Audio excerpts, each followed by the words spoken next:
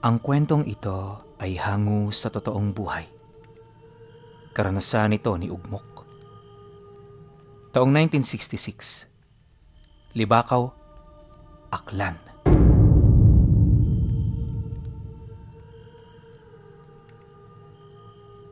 Noong mga panahong ito, kilalang bantog na manggagamot si Ugmok sa lugar ng Libakaw. Nakatira ito sa paanan ng bundok kung saan sa harapan ng kubo niya merong isang malapad na lupaing pinagsasakahan ng palay. Di kalayuan dito, may taniman ng munggo at mga iba't ibang uri ng gulay. Malayo man sa baryo ang lugar na yon, kapag panahon ng anihan, halos nagsain ito ng maraming magsasaka. Isa yon sa mga rason kung bakit marami ang nakakakilala noon kay Lolo Ugmok. Ayon pa sa mga nakakakilala sa kanya, isang simpleng taong matanda lang si Lolo Ugmok. Wala mang pamilya at literal na nag-iisa sa buhay. Makikita mo sa mukha nito kung gaano ito kasaya. Wala ring simpatsya na mararamdaman na kesyo kaawa-awa ang buhay ng matanda dahil kung pupuntahan mo ang bahay nito noon, halos lahat ng kailangan nito nandun na. Di hamak din na mas may komportable itong buhay gawa ng lahat ng pangunahing kailangan ng tao, hindi na nito pinaghihirapang makuha. Kung usaping tubig, may bukal sa ibabaw ng bundok na ginawa nito ng paraan para dumalo yon patungo sa kanyang tahanan. Tambak din ang kanyang mga pagkain, lalo na yung mga bigas na magaganda ang klase. Marami rin itong alagang hayop na halos hindi ka pa nakakarating sa bahay niya, makakasalubong mo na ang mga ito. Punong-puno rin ang bakuran ng mga gulay na halos sa lahat ng klima, makikita mo ang nagsisilakihan nitong mga bunga. Dahil sa ganoong estado ng matanda, marami sa mga tagabayan ang dumadayo pa sa lugar niya, hindi para magpagamot, bagkus ay para humingi ng makakain. Siyempre bilang likas na sa kanya ang pagiging mabait, kahit na sinong pumunta pinauunlakan niya ito. Basta ba'y makita niya na nangangailangan ka talaga, wala yung problema. Dagdag pa ni Lolo Ugmok, karapatan ng bawat tao na mabuhay kaugnay ng kalikasan, kaya kahit anong pananim niya na pwedeng mapakinabangan, hindi niya ipagdadamot. Naniniwala si Lolo Ugmok na lahat ng temporal na bagay ay dapat ipaubaya sa mas higit na nangangailangan. Isa yon sa kanyang paniniwala na halos mula pa ng pagkabata niya ito sinusunod. At sa loob ng 6 na dekadang paninirahan niya sa lugar, ginawa niya ito ng walang patid at bukal sa kanyang puso. Akala nga ni Lolo Ugmok hanggang pagtanda na siya mag-isa sa buhay, pero pagsapit ng taong ito, may nakilala siyang bata na itago na lang natin sa pangalang Eranio. Itong si Eranio ay nasa 15 anyos pa lamang noon, kaya medyo isip bata pa kung tutusin. Nagmula rin ito sa bayan, ngunit nung bagong silang pa lang ito, iniwan na yon ng kanyang mga magulang. Dahil dito, pinalaki yon ng kanyang tiyahin, subalit pagtungtong nito ng 12 anyos, pumanaw din yon. Magmula noon, naging pagala-gala na itong si Eranio sa lugar. Lahat ng masasamang gawa nasasangkot siya at dahil dito, naging salot siya sa mga tao. Ni isa sa mga tagabayan, wala nang tiwala sa kanya, kaya sa halip na kaawaan, pinagtatabuyan siya nito kahit meron naman yung maibibigay na tulong kung tutusin. Dahil sa ganun niyang sitwasyon, natuto siyang pakibagayan ang ganoong estado ng kanyang buhay. At habang lumalaki, unti-unti na rin niyang natututunang lumaban hanggang sa napuno na ang mga tao sa kanya. Gabi ng Martes nang biglang magising itong si Lolo Ugmok matapos siyang makarinig ng malalakas na sigaw di kalayuan sa kanyang bahay. Pagsilip niya sa may bandang bakuran, nakita niya ang mga taong may daladalang sulo na halos magkagulo na rito. Galit na galit itong sumisigaw habang ang isang batang lalaki ay nakaupo na sa lupa. Nanginginig man ang katawan, hindi na ito nagtangkapang tumakbo. Matapos naman niya itong masilayan, agad naman siyang tumayo para pigilan ang mga ito. Pagbukas niya ng pinto, bahagyang napatahimik ang lahat nang marinig nito ang iritable niyang boses. At ano na naman ang kaguluhang ito? Hindi ba kayo nahihiya? Napakalayo ko na nga sa baryo. Nakarating pa kayo rito ng ganitong oras. Tsaka anong ginawa ng batang yan? Bakit ganyan na lang ang galit niyo sa kanya? Pwede ba? Umalis na lang kayo. Huwag niyo nang dagdagan ang bigat ng ulo ko ngayon. Wika ni Lolo Ugmok. Nang marinig naman ito ng mga tao, may isang lalaking naglakas loob na sumagot sa kanya. Manoy Ugmok, hindi mo ba nakikilala yan? Si Eranio yan, yung batang salot doon sa bayan. At kaya namin siya ngayon hinahabol dahil meron na naman siyang bahay na inakyat. Natakot ang pamilyang nakatira roon at ayon sa kanila, muntik umano sila nitong pagpapatayin.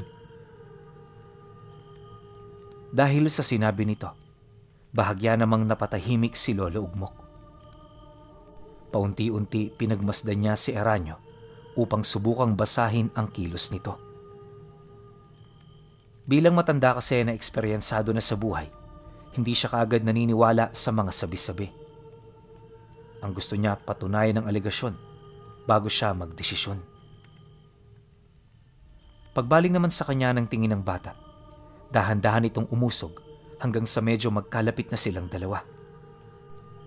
Maya-maya pa, nang magpang-abot ang kanilang paningin, dito na nito pahigbing pinabulaanan ang lahat ng paratang. Nang marinig naman niya ang sinabi nito, dali-dali niya itong nilapitan, pinunasan ang luha habang malumanay na sumasagot sa mga taga-bayan. Ang salita ay pwedeng dagdagan at madaling sirain ng tao, lalo na kapag meron kang likas na galit dito. Mga Ginoo, tandaan niyo na kahit gaano man kasama ang isang tao, meron at meron pa ring mabuti sa kanya. Kailangan niyo lang itong hanapin upang siya ay maintindihan at mapabago. Huwag niyong hayaan na mas dumami pa ang mga katulad ni Eranio dahil sila ang bunga ng susunod na henerasyon. Seryosong wika niya sa mga taong naroon. Nang marinig naman ito ng mga taga-bayan, hindi na ito nakaimik. Bawat isa na paisip ng malalim, gawa ng alam nila na tama ang mga sinabi niya. Hindi nagtagal, humingi ito ng tawad bago umalis. Ipinagpasalamat naman ni Lolo Ugmok ang naging pasya nito dahil buhat sa kanilang ginawa, nakaramdam pa rin siya ng konting respeto. Pagsapit ng sumunod na araw, kinausap niya ng masinsinan ng bata. Hangad niya na malaman ng totoo at ang rason nito kung bakit ito palaging nagnanakaw. Inabisuhan din niya yon na kung hangad nitong magkaroon ng sariling tahanan, palaging bukas ang kanyang pamamahay. Nang marinig naman yun ng bata, di ito nagdalawang isip na ilahad ang katotohanan. Inamin nito na pumasok nga siya sa tahanang yon, pero hindi niya binalak na pagpapatayin ng mga naroon. Ang nais lang niya, kumuha ng kokonting pagkain dahil nung umaga pa siya hindi nakakakain. Sinubukan rin niyang manghingi pero hindi ito naging epektibo. At sa halip na kawaan, di siya pinansin ng mga tao. Mura at tadyak lang ang kanyang natanggap, kaya kahit labag sa kanyang loob, pinili niyang gumawa ng masama para lamang mapuna ng kumakalam niyang sikmura. Matapos naman niyang marinig ang sinabi nito, hindi na siya nagpatuloy pa sa pagsasalita. At imbis na pagalitan pa ang bata, niyakap niya ito habang sinasabihan ng magagandang kataga. Hanga ko sa iyo, Eranio. Sa dami ng pinagdaanan mo, hindi mo sila kinagalitan. Heto ang tandaan mo. Mahirap sa ating mga lalaki ang walang napatunayan sa buhay. Kaya hanggat bata ka pa, gumawa ka ng desisyon na balang araw ay hindi mo pagsisisihan. Gusto kong baguhin mo ang buhay mo, Eranio. Kaya kung papayag ka, nais kong dito ka sa akin tumira. Oh, Matanda na si Lolo Ugmok mo, pero hindi ako kagaya ng ibang mahihinang matanda. At dito sa bahay ko, mabibigyan kita ng mabuting asal. Alam ko hindi pa huli ang lahat para sa iyo. Nang marinig naman ni Eranio ang sinabi nito, hindi na rin ito nagdalawang isip pa. Alam niya kasi sa kanyang sarili na sa poder ni Lolo Ugmok, mababago ang buhay niya. Pagsang-ayon nito, agad naman yung niyakap ng matanda. At magmula noon kahit papaano, naging maayos na ang buhay niya. Wala siyang gaanong trabaho sa loob ng bahay, kaya naman komportable talaga. Sa mga unang araw ng kanyang pananatili, halos hindi niya sukat akalain na yon ang pinakamagandang desisyon na kanyang nagawa. Ni minsan hindi niya ito pinagsisihan dahil sa pamamagitan ni Lolo Ugmok, pakiramdam niya nagkaroon siyang muli ng bagong pamilya. Ilang buwan ang lumipas, naging katuwang na rin niya ito sa panggagamot. Martes at Biyernes lang ang gamutan sa kanyang pamamahay, kaya naman itong si Eranio, maraming panahon para gawin ang kanyang hilig. Madalas pagwawalis lang ng umaga at hapon ang ginagawa nito. Dahil itong si Lolo Ugmok naman ang nagluluto. Nagsasabay lang din sila tuwing naglalaba at isang beses lang yun sa isang linggo. Kaya halos hindi ito gaanong ramdam ni Eranio. Ayon sa kanya, wala rin itong napapansing kakaiba sa matanda maliban sa ginagawa nitong pakikipaglaro sa mga kalabaw tuwing hapon. Nakasanayan na ni Lolo Ugmok na makipagbuno sa mga kalabaw bilang parte ng kanyang pagsasanay at pagsusukat sa kanyang pisikal na lakas. Noong una tinatawanan lang yon ni Eranio. Ngunit habang unti-unting nagtatago ang araw sa bundok, kapansin-pansin ang pagdagdag ng lakas nito. At kung kaninang hapon iniiwasan lang nito ang mga kalabaw, pagpatak ng dapit hapon kung saan wala ng araw, napakadali na lamang para sa kanya na yon ay mapatumba. Akala noon ni Eranio na mamalikmata lang siya sa kanyang mga nakikita, pero sa katagalan na yon ay nasasaksihan niya, unti-unting umuusbong sa kanyang kamalayan ang mga katanungan. Isang umaga ng mataong wala silang gagawin, dito niya kinompronta si Lolo Ugmok. Nakakahiyaman ng ganoong katanungan, pero pinili niyang ilahad ito alang-alang sa kapanatagan ng kanyang loob. Nang marinig ni Lolo Ugmok ang kanyang sinabi, sa halip na mairita ito, agad na bumakas sa mukha nito ang tuwa. 3 beses din itong tinapik si Eranio sa balikat bago ito nagsimulang magsalita. Napansin mo na rin pala ang pinagmumulan ng lakas ko, iho. Tama ka. Mas malakas ako kapag gabi. At yan ang kinakatakutan sa akin ng mga demonyo rito. Dahil sa ganito kong kakayahan, hindi sila basta-bastang nakakapasok sa abot ng aking teritoryo. At ngayon, marahil nagtataka ka kung saan ito nagmumula. Biyaya ito ng kalikasan, iho, na ang nagiging daluyan ay ang gabi at buwan. Hanggat nagpapakita ang dalawang yan, hindi ako basta-bastang matatalo ng kung sino-sino lang. Pagkasambit niya ng mga katagang yon, halos malaglag ang panga ni Eranio sa labis na pagkagulat. Nakakamangha at parang imposible man yon kung iisipin. Alam niya sa kanyang sarili na hindi ito nagsisinungaling sa kanya. Puro ang kaluluwa ng matanda, kaya naniniwala siyang wala itong bahid ng kasamaan sa katawan. Dahil sa mga sinabi nito, paunti-unti nagbago ang kamalayan ni Eranio. Napagtanto niya na marami pa siyang hindi alam sa mundo, lalong-lalo na ang hiwaga na pumapalibot dito. Dahil sa ganoong sitwasyon, nagsimula na ring mabuo ang kanyang hilig pagdating sa lihim na karunungan. Di naman siya pinagdadamutan ni Lolo Ugmok, lalo pat naniniwala ito na ang karunungan ng kanan ay para sa lahat ng tao na nag-aasam dito. Ayon sa matanda na, noong sinasanay niya si Eranio, hindi siya nag-iisip ng kahit na ano hanggang sa dumating ang araw na merong bumisitang panauhin na nagsasabing kadugo nito ang bata. Pagtatapat pa nito sa kanya na tiyahin ito ni Eranio at pumunta yun doon para kunin na ito. Dagdag pa nito na ilang taon na nila itong hinahanap pero hindi nila ito natagpuan. Nang marinig naman ni Lolo Ugmok ang sinabi ng babae, napansin niya na bigla na lamang nag-init ang lahat ng kanyang mga karga. Yung hawak niyang lana, unti-unti nang bumula hanggang sa mapaso na siya nito. Hindi niya maisip kung bakit ito nangyayari, ngunit merong isang bagay na sumasagi sa kanyang isipan. At ito ay walang iba, kundi ang pagiging aswang ng kaharap niya.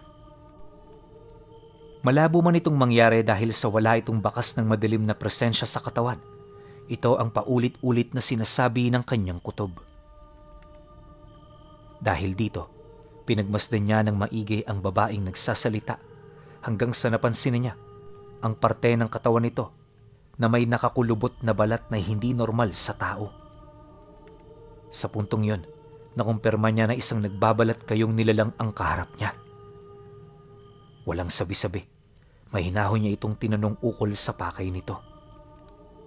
Kalmado ang kanyang pagkakasabi, lalo pat hindi yun ang unang pagkakataon na makatagpo siya ng aswang. Kung makapagsalita ka, mukhang matagal na panahon mo nang hinahanap ang batang ito. Nasa bayan lang naman si Eranio at marami ang nakakakilala sa kanya. Hindi kaya nagsisinungaling ka lang, Ale? Tsaka isa pa, nabanggit sa akin ng batang ito na wala na siyang ibang kadugo. Sinusuka na nga siya ng mga kamag-anak niya. Kaya masyado namang imposible yata na paniwalaan ko ang iyong mga salita. Nagdududang sagot ni Lolo Ugmok sa sinabi ng nilalang. Nang marinig naman ito ang kanyang sinabi, bigla na lamang kumunot ang noo nito. Hindi nagtagal, napilitan din itong umalis ng walang binibitawang salita. Gayunpaman, kahit umatras na ang nilalang, alam niya na hindi yun ang una at huli nilang pagkikita. Para naman malaman ang buong istorya, agad niyang tiningnan si Eranio na kasalukuyan noong nasa likod niya. Pagsilay niya rito, wala siyang ibang nadatnan kundi ang takot na pagmumukha ng bata. Hindi man yun nagsasalita, naniniwala siya na kilala nito ang babaeng pumunta. At upang maunawaan ang kasalukuyang nangyayari, kinausap niya ito ng mahinahon at seryoso. Hangad niya na maging matapat sa kanya ang bata at ito naman ang ginawa ni Eranio. Ayon kay Eranio Pinuno, totoong kilala niya ang babaeng yon. Minsan na rin niya itong nakasama sa iisang bubong pero hindi siya nakatagal. Marami kasi itong pinapagawa sa kanya, kagaya ng pumasok sa mga bahay para mag-iwan ng mga pinapadala nito at kung ano-ano pang utos na hindi niya mawari ang rason kung bakit. Noong una medyo maganda pa ang pakikisama ng babae. Subalit habang tumatagal, napagtatanto niya na kaya lang ito nagiging mabait ay dahil sa meron itong nais ipagawa sa kanya. Ibig sabihin wala siyang pinagkaiba sa mga kasangkapan nito. At kapag hindi rin siya sumusunod, hindi lang masasakit na salita ang kanyang natatanggap, kundi pananakit din sa katawan. Naranasan din niyang ibitin ng babae sa loob ng isang buong araw, kaya naman magmula noon, itinuon niya ang kanyang wisyo sa kung papaano makakatakas sa puder nito. Ang kaso napakahirap nung gawin.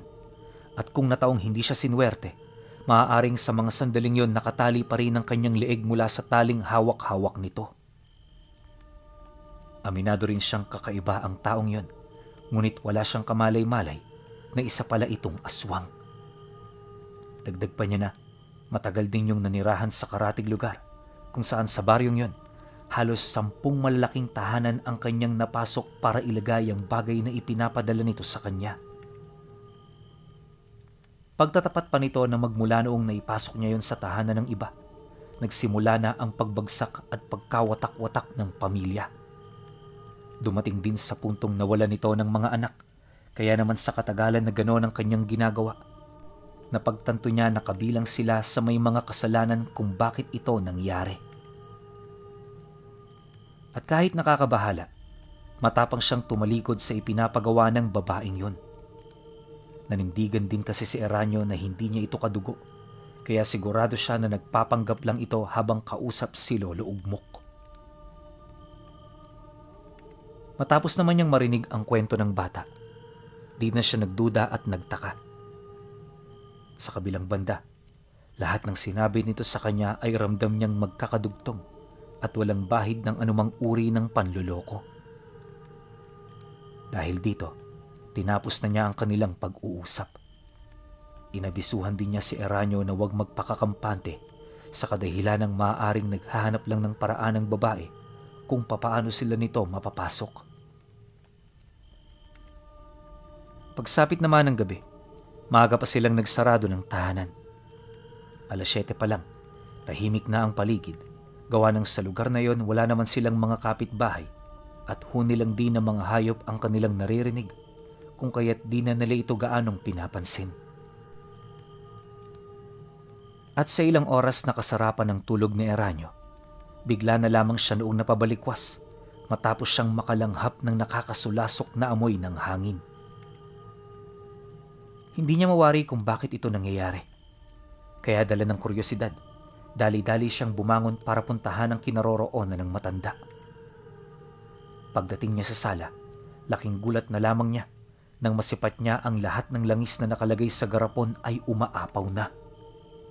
Mamatay-matay na rin ang mga kandila sa altar, tapos ang mga santuroon lumuluha na ng itim na likido. Wala siyang ideya kung ano ito. Pero nang masipat niya ito, talaga namang kinilabutan siya ng husto. Kung hindi nga siya hinawakan noon ni Lolo Ugmok, mataas ang tsansang lumabas na siya ng bahay. Pagsilay niya sa matanda, nasipat niya itong sumisenyas na huwag siyang maingay. Nang maunawaan naman niya ito, tumangulang naman siya kasabay ng pagbulong nito sa kanya. Eranio, may mga bisita tayo sa labas. Dumito ka lang kahit na anong mangyari at huwag na huwag kang lilikha ng anumang ingay. Nang marinig naman ni Eranio ang sinabi nito, tumangulang naman siya. Dahil dito, dali-dali namang naglakad si Lolo Ugmok patungo sa pintuan ng kubo.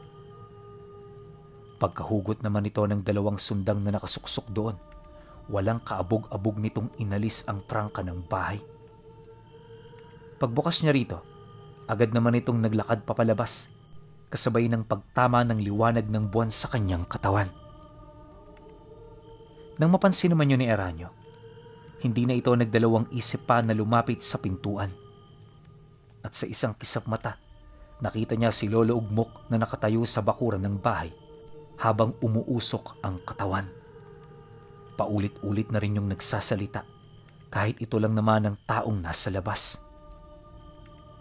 Akala ni Eranio nag-iisa lang ito, pero ilang segundo lang ang lumipas, lumapag sa harapan nito ang isang dambuhalang nilalang na may mga nakasakay na tao sa ibabaw. Paglalarawan niya sa nilalang na yon, para itong malaking pusa na may pakpak. Napakapayat lang din ito pero kapansin-pansin ang hindi nila pangkaraniwang laki at haba. Kakaiba rin ang nalilikha nitong tunog, kaya nung masilayan niya yon, agad siyang natigalpaw ng hindi niya namamalayan. Matapos naman niya yung tingnan, ibinaling niya kay Lolo Ugmok ang kanyang atensyon upang matuklasan ang iba pa nitong mga abilidad. Alam niya na hindi pa nagsisimula ang matanda at marami pa itong itinatagong alas sa ilalim ng kanyang mga balikat. At sa pagpapatuloy ng mga pangyayari, nakangiti lang namang pinagmasdan ni Lolo Ugmok ang mga nilalang. Pagbaba nito sa kanilang sasakyan, bigla namang lumipad papalayo ang dambuhalang nilalang hanggang sa tuluyan na itong maglaho sa karimlan. Matapos nun, dito na tumambad sa kanya ang 5 aswang na halos butot balat na ang buong katawan. Kapansin-pansin din ang mahahaba nitong mga buntot, tapos ang mga bisig nitong halos lumaylay na sa lupa. Hindi nagtagal, Nang magpang-abot na ang kanilang paningin, napansin niya na dahan-dahan na siya nitong pinaiikutan. Nakakasindakma ng ganoong kilos ng mga ito. Alam na ni Lolo Ugmok kung papaano ito kokontrahin. Masama yung binabalak ninyo. Pero kung ako sa inyo, hindi ko yan itutuloy. Kampanteng wika niya habang pinagmamasdan ang mga nilalang.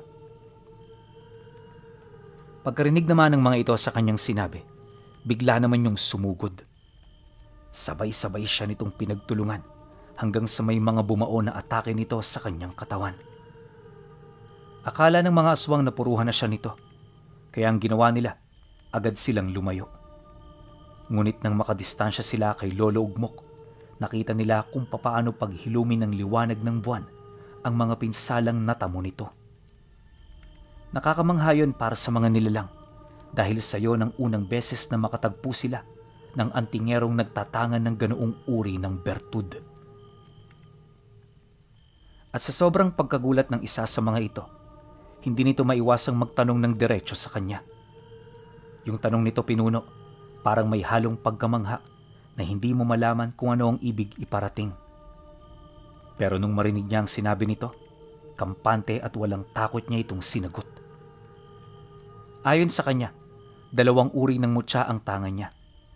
Una, ang hiyas ng buwan, at ang ikalawa, ang itim na perlas ng karimlan. 2 magkaibang mutya na pilit niyang pinagsanib sa loob ng 3 dekada. Kaya nung may isa katuparan niya ito, nagbunga ito ng isang katangi-tanging mutya. Hindi na ito pinangalanan ni Lolo Ugmok dahil alam niya na pwede itong gamitin ng mga nilalang laban sa kanya. Pagkatapos maghilom ng kanyang sugat, tsaka pa lamang siya tumahimik. Muli na rin niyang inihanda ang kanyang sandata dahil alam niya na hindi pa roon magtatapos ang paglalaban nila. Ilang minuto pa ang lumipas. Kahit nalilito ang mga nilalang, muli na naman yung sumugod. Ngunit sa pagkakataong yun, pinaghandaan na ni Lolo Ugmok ang kanilang pag-atake. Dahil dito, sama-sama itong bumagsak ng hindi man lang nila namamalayan. Lahat napugutan ng ulo at maging si Eranio noon, hindi niya alam kung papaano yun nangyari. Matapos itong ipamalas ng matanda, agad nitong tinalikuran ang mga nilalang, sabay pasok sa loob ng bahay. Ayon sa kanya, wala silang dapat na ipag-alala dahil kukunin ng mga balbal ang mga labi nito bago pa man sumikat ang araw. Mariin din niyang inilahad kay Eranio, hindi pa rito nagtatapos ang kanilang paglalaban. Alam niya na merong kapamilya ang mga nilalang, kaya bago pa man dumayo ang mga ito sa kanila, mas mainam na siya ang sumadya upang hindi gaano lumaki ang kaguluhan. Nang marinig naman ni Eranio ang sinabi nito, hindi siya nagdalawang isip na magpresentang sumama. Akala ni Lolo Ugmok nagbibiro ang bata, pero sa pagpapatuloy ng kanilang pag-uusap, napagtanto niya na desidido pala ito.